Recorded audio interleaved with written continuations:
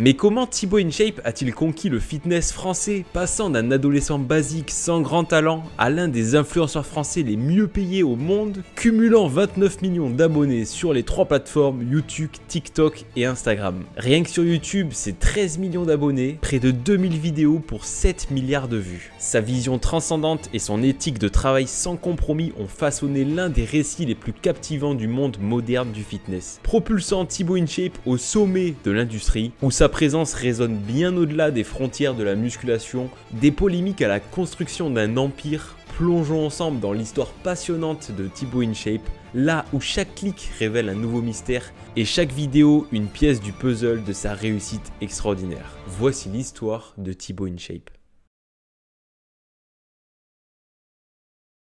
Thibaut InShape, de son vrai nom Thibaut Delapart, est né le 19 janvier 1992 à Toulouse. Il vit une enfance plutôt basique. Son père est commercial dans l'aéronautique et sa mère s'occupe de ses 5 enfants. Arrivé au lycée, il redouble son année de seconde à cause de son addiction aux jeux vidéo, notamment Dofus sur lequel il passe toutes ses journées. Mais un jour vient un élément déclencheur qui bouleverse sa vie. À 17 ans, alors qu'il va manger dehors avec ses amis, il se fait agresser en pleine rue à Toulouse. 3 jeunes descendent d'une voiture avec des battes de baseball et viennent leur demander du cannabis. Thibaut répond qu'il ne fume pas, mais les agresseurs commencent à les menacer, puis à sortir les battes pour aller les frapper. L'un d'eux attrape Thibaut par le col et une bagarre éclate. Et Thibaut et ses amis parviendront à trouver la fuite grâce à l'aide de la police. Mais cet événement sonnera comme un déclic pour Thibaut. Ce jour-là, je me suis senti faible, raconte-t-il. Je me suis mis au sport suite à ça en disant que ça devrait me réveiller. Je veux pouvoir me défendre et défendre mes proches plutôt que courir. Il commence après ça la musculation à l'âge de 17 ans. Il lance sa chaîne en 2013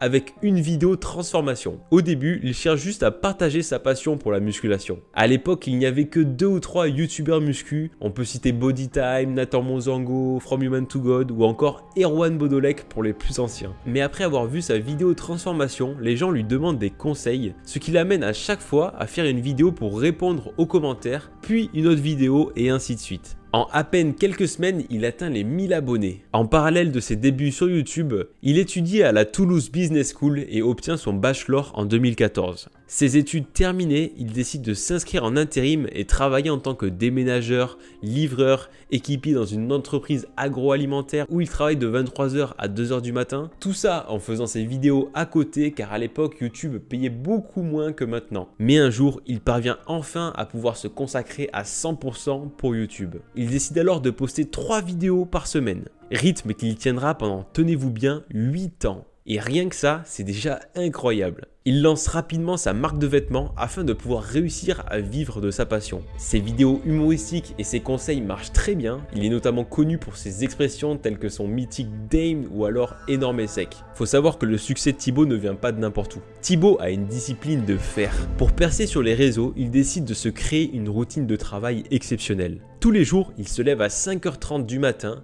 Il travaille toute la matinée et l'après-midi, il va faire sa séance de sport. Et 3 ans plus tard, il fête déjà son million d'abonnés. Mais c'est que le début de l'effet boule de neige. Tous les 6 mois, il prend environ 1 million d'abonnés. Son ascension est marquée par un personnage atypique plein d'énergie, tant dans sa personnalité que par du montage de ses vidéos qui sont rythmées, ainsi que ses miniatures attirantes et ses titres aguicheurs. Il subit d'ailleurs de nombreuses critiques à ce titre, mais du moment que sa famille et ses amis valident ses vidéos, il ne porte aucune attention à l'avis des gens qu'il ne connaît pas. Et retenez bien cette façon de penser parce qu'il va en avoir bien besoin par la suite quand on va voir toutes ces polémiques. En 2015, il fait pour la première fois sa grosse apparition en public. Il décide d'aller au salon du fitness en France juste pour voir, mais une vague d'abonnés se crée autour de lui. Les gérants du salon ne comprennent pas du tout la situation et décident de virer simplement Thibaut. Il se retrouve donc dehors à faire des photos. Et les vidéos de l'époque sont assez drôles à voir. Ce succès florissant lui ouvre les portes pour travailler avec pas mal de marques de compléments alimentaires tels que MyProtein. D'ailleurs, vous avez moins de 33% avec mon code LOICPOWER en description. Ou encore No Pain No Gain. En 2017, alors qu'il vient de se casser le poignet dans un accident de moto, il ne peut plus faire de vidéos de type musculation. Il cherche alors un nouveau format pour continuer à faire des vidéos. C'est là qu'il a l'idée d'organiser un concours afin d'élire la Miss InShape. et ainsi faire de nouvelles vidéos YouTube accompagnées et plus divertissantes. C'est une série qui est diffusée en plusieurs vidéos YouTube et qui explose sur la plateforme jusqu'à faire aujourd'hui des dizaines de millions de vues. Le principe est assez simple. Les prétendantes doivent lui envoyer une vidéo dans laquelle elle se présente et explique pourquoi elle serait la meilleure Miss InShape. Ensuite, il y a une sélection auquel les abonnés de Thibaut InShape doivent voter pour la meilleure, pour au final ne laisser que 3 candidates. Puis un dernier vote pour sélectionner la gagnante. Finalement, c'est Justine qui remporte le concours avec 83,9% des votes. Après ça, la relation entre les deux a très vite évolué en une relation plus intime qui s'est concrétisée par un couple par la suite. Ils vont d'ailleurs se marier en juillet 2024.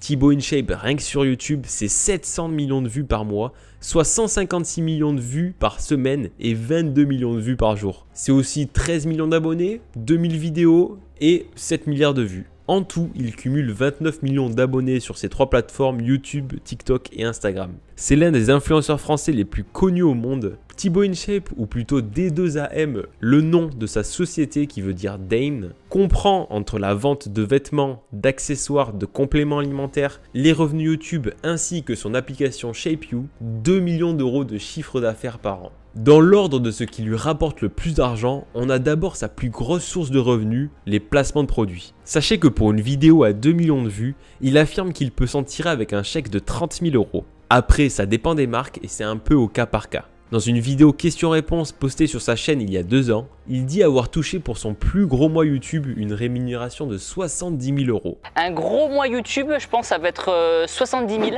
Ah ouais. On le répète, ça va dans la société, c'est pas mon argent personnellement. Et s'il rajoute quelques OP en plus, il peut s'en tirer avec 100 000 euros de plus. Et après avec les OP, bon on met 2-3 OP, on peut peut-être monter à 100 peut-être. Ensuite, il y a tout ce qui est vente de compléments alimentaires. Et pour finir, ce qui lui rapporte le moins d'argent, c'est son application ShapeU. Sortie en février 2022, l'application est en partenariat avec sa copine JujuFitCat. C'est une application qui permet de faire du sport à la maison avec des exercices sans matériel et avec des coachs. Ces coachs sont mis à disposition en temps réel, mais il y a beaucoup de frais pour la faire fonctionner, c'est donc difficile de sortir de l'argent. Thibaut InShape, c'est aussi une chaîne secondaire, Thibaut InShape Entraînement, sur laquelle il poste toutes ses vidéos de musculation. Il préfère consacrer sa chaîne principale à des projets plus populaires. Fun fact, sa chaîne secondaire est la première chaîne fitness en France, cumulant 2 millions d'abonnés. Ces derniers temps, il a beaucoup misé sur les shorts sur YouTube et ça s'est avéré plutôt rentable. En effet, ça lui a fait gagner 2 millions d'abonnés en 2 mois. Il poste 4 shorts par jour.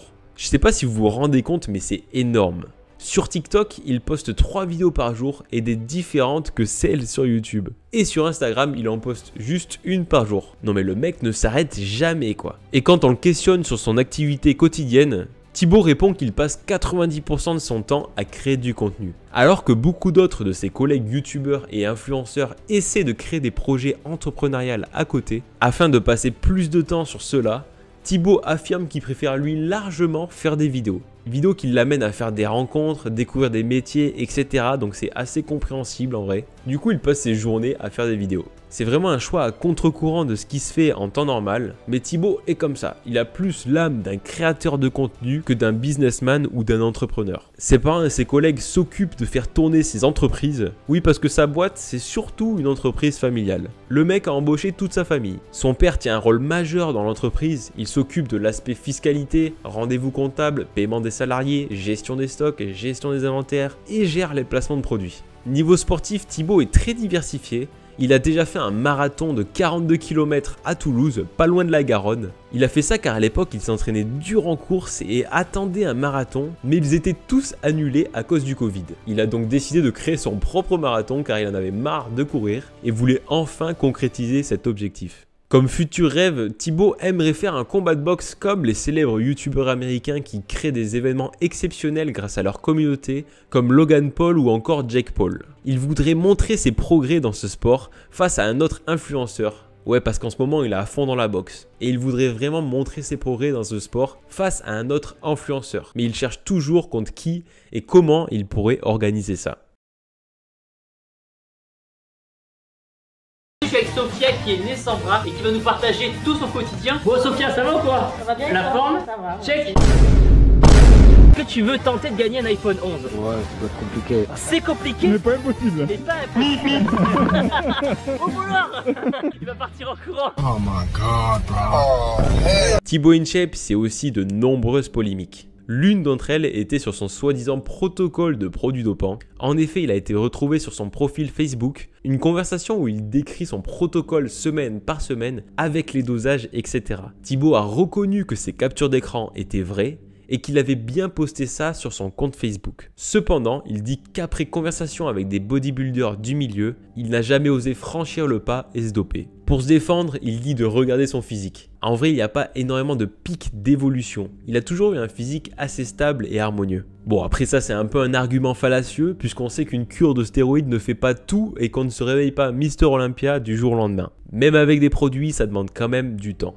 Et surtout, le rôle de la génétique impacte énormément dans cette évolution. On connaît tous un mec qui se dope, mais qui a une génétique tellement éclatée qu'il n'y a aucune évolution. C'est pourquoi cet argument est mitigé. En plus, la cure qu'il montre, c'est vraiment une cure très basique, assez douce, qui ne ferait pas non plus de très gros résultats. Après, j'avoue que sur certaines photos, quand tu regardes son physique, il y a de quoi se poser quelques questions. Honnêtement, il a un meilleur physique que 90% des go muscu. On se rend vraiment pas compte, mais il est hyper sec à l'année. C'est vraiment un exploit d'arriver à tenir un tel physique. On sait qu'il a une hygiène de vie drastique, mais quand même, le doute est permis. On peut aussi noter qu'avec tous les partenariats qu'il fait et qu'il continue de faire avec l'État, c'est difficile pour lui d'avouer qu'il a fait quelque chose d'illégal. Ça pourrait lui fermer des portes pour ses futurs partenariats rémunérés. Et quand on sait que c'est sa source de revenus numéro 1 pour son entreprise, on comprend facilement que le jeu n'en vaut pas forcément la chandelle et qu'il ne peut peut-être pas se permettre de tout avouer. Après, pour moi, il n'a pas un comportement de mec chargé. Quand il parle, ça se voit qu'il n'y connaît vraiment pas grand-chose et à part si c'est un acteur hors pair, je vous le dis honnêtement, moi franchement, j'y crois. Après, il y a aussi une grosse pression de sa communauté, puisqu'il doit toujours renvoyer l'image à la hauteur de ce qu'il vend, et avoir un bon physique tient un rôle majeur dans son business.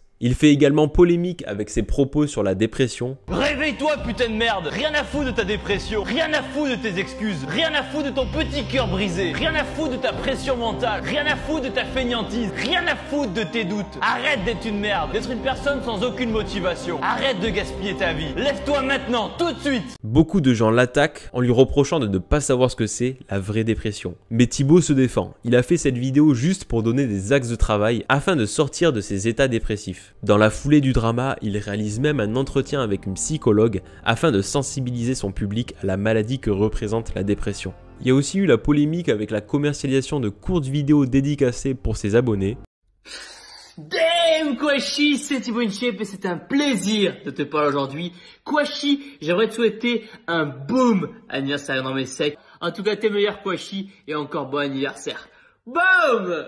En gros, sur son site, on pouvait commander une vidéo d'1 minute où Thibaut allait nous faire un message rien que pour nous et ça nous coûtait 36 €. Alors, au début, ça marchait très bien, tout le monde était content, autant les gens qui payaient pour ce service que Thibaut. Mais quand le grand public a appris ça, ça a pété de partout jusqu'à dans les médias mainstream. Et Thibaut a même été contraint de mettre fin à ce service. Au fur et à mesure de ses vidéos, Thibaut s'engage. Il fait de plus en plus de contenu aux côtés de l'armée, de la police, de l'État et valorise beaucoup la France. En effet, c'est eux qui, à l'époque, l'avaient sauvé de son agression. Et il a toujours été très reconnaissant envers le service public. En 2019, il fait même un partenariat rémunéré pour le gouvernement pour la promotion du service national universel. Ce qui fera beaucoup réagir, vous vous en doutez bien.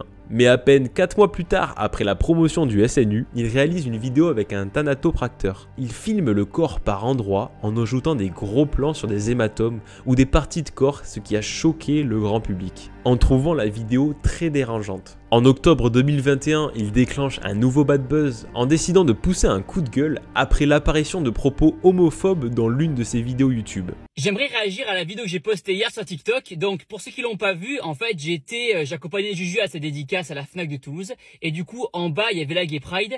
Je faisais coucou par la fenêtre et j'ai reconnu plein d'abonnés. Franchement c'était trop cool comme moment. Je poste la vidéo sur TikTok. Et là, qu'est-ce que je vois? Qu'est-ce que je vois? Je vois des putains d'homophobes en commentaire sous mon TikTok. Est-ce que c'est ma communauté? Je pense pas que c'est ma communauté parce que je sais qu'ils sont pas comme ça. Mais des mecs qui me disaient Thibaut, on n'est plus potes. On n'est plus potes de quoi? Moi, je suis pas pote avec des mecs homophobes qui critiquent les gays, les lesbiennes, les transsexuels.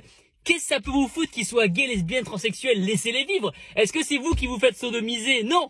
J'ai vu des commentaires. Bon, celle-là, en vrai, elle est énorme et moi, j'ai explosé de rire quand je l'ai vue la première fois. Mais là, franchement, c'est limite si on n'a pas l'impression qu'il a fait exprès. Je peux pas m'imaginer que ça soit vraiment fait au hasard. Ensuite, pour ses 10 millions d'abonnés, Thibaut choisit de célébrer ça en posant nu avec son trophée. Photo qui fera une fois de plus le tour de la planète en faisant réagir. En juillet 2023, il fait à nouveau polémique car il est accusé de greenwashing par un bon nombre de personnes. En effet, Thibaut a publié une vidéo pour montrer à ses 10 millions d'abonnés que l'avion de demain ne polluera pas. Il montre les avancements technologiques des grandes compagnies afin d'avoir un avion sans émissions de carbone. Mais l'association Séisme est formelle. Thibaut InShape diffuse au travers de cette vidéo la parole de l'industrie de l'aéronautique ressort toujours selon eux de faux arguments écologiques pour redorer l'image de l'aviation fortement en berne ces dernières années. Et encore plus récent, le 1er novembre, il publie cette vidéo où il se fait insulter de transphobe.